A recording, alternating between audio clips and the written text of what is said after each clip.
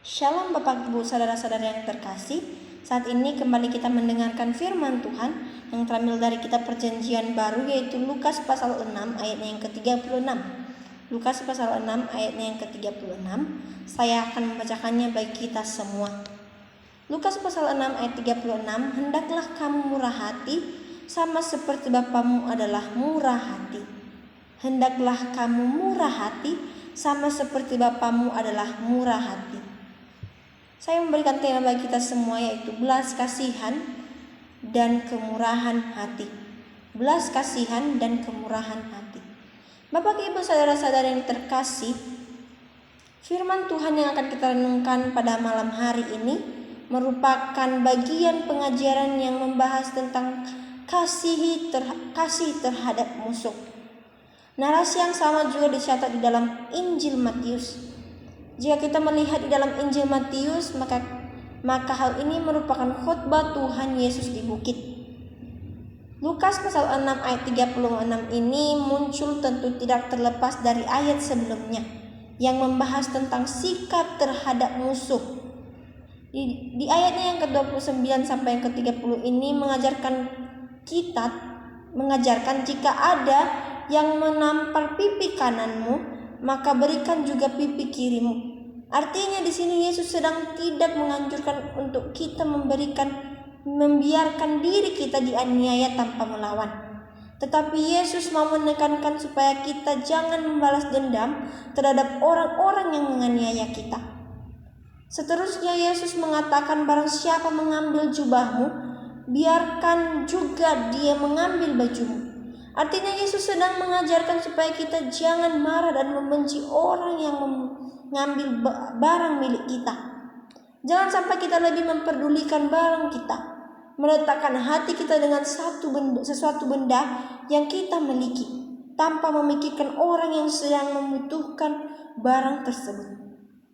Hal ini merupakan perbuatan untuk memberikan kepada siapapun yang termaksud kepada orang yang membenci kita, tanpa mengharapkan belas kasihan. Artinya kita memberikannya dengan tulus. Demikian juga di ayat ini atau di ayat berikutnya dikatakan, janganlah meminjam sesuatu kepada orang dengan mengharapkan belas kasihan yang lebih daripada orang yang kamu berikan itu. Karena itu bukanlah sikap orang yang sudah mengenal Allah, tapi kita harus ikhlas dalam menolong dan membantu.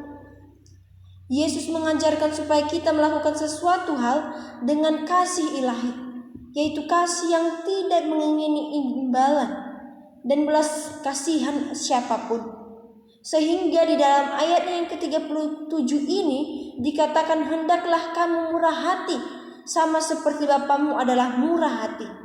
Artinya kita harus meneladani ketulusan Allah dalam segala hal baik, dalam segala pengampunan, dalam hal mengasihi, memberi dengan tulus tanpa mengharapkan belas kasihan. Bapak Ibu saudara-saudara yang dikasihi Tuhan Yesus Kristus, mungkin saat ini ada di antara kita yang memiliki rasa benci terhadap sesama kita, atau bahkan memiliki rasa kesal kepada sesama kita, karena mungkin ada yang mengambil barang kita, atau bahkan ada yang mencuri hal ini, hal itu. Tapi Bapak Ibu saudara-saudara yang terkasih, dalam ayat ini kita diajarkan kembali bahwa sikap mengasihi, mau memberi, mau mengampuni orang yang berbuat salah tersebut. Bapak Ibu saudara-saudara yang terkasih, mungkin kita sebagai manusia hal ini merupakan hal yang sangat sulit. Tetapi jika kita mengandalkan, jika kita mau belajar, mau meneladani sikap yang dilakukan oleh Tuhan Yesus kepada orang-orang, maka pasti kita bisa melakukan hal ini. Sama seperti yang dikatakan dalam Lukas pasal 6 ayat 36. Hendaklah kamu murah hati, sama seperti Bapamu adalah murah hati. Kita sebagai orang-orang percaya mungkin hal ini sangat sulit. Tetapi dikatakan lagi dalam ayat ini, hendaklah kamu murah hati, sama seperti Bapa kita. Bapa yang kita sembah adalah murah hati. Seharusnya kita mencontohi, meneladani Tuhan, meneladani Bapa kita. Karena Dia telah lebih dahulu memberikan contoh yang terbaik bagi kita. Dia sudah memberikan nasihat kepada kita.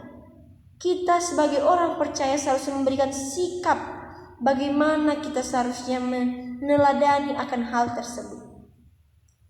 Marilah kita memaafkan orang-orang yang berbuat salah kepada kita. Atau mungkin saat ini ada yang sedang kita musuhi, atau mungkin ada yang terjadinya konflik antara sesama hanya gara-gara masalah yang kecil yang sudah dibesar-besarkan.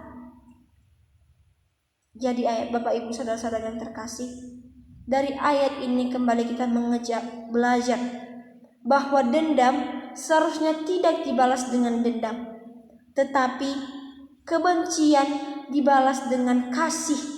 Sama seperti Bapa, walaupun kita melakukan banyak kesalahan, banyak dosa yang telah kita perbuat, namun Dia memaafkan kita, Dia mengampuni kita, dan Dia membebaskan kita dari segala dosa-dosa kita. Biarlah firman Tuhan pada malam hari ini menjadi pembelajaran bagi kita semua, bahwa firman Tuhan pada malam hari ini menjadi hal yang sangat penting bagi kita.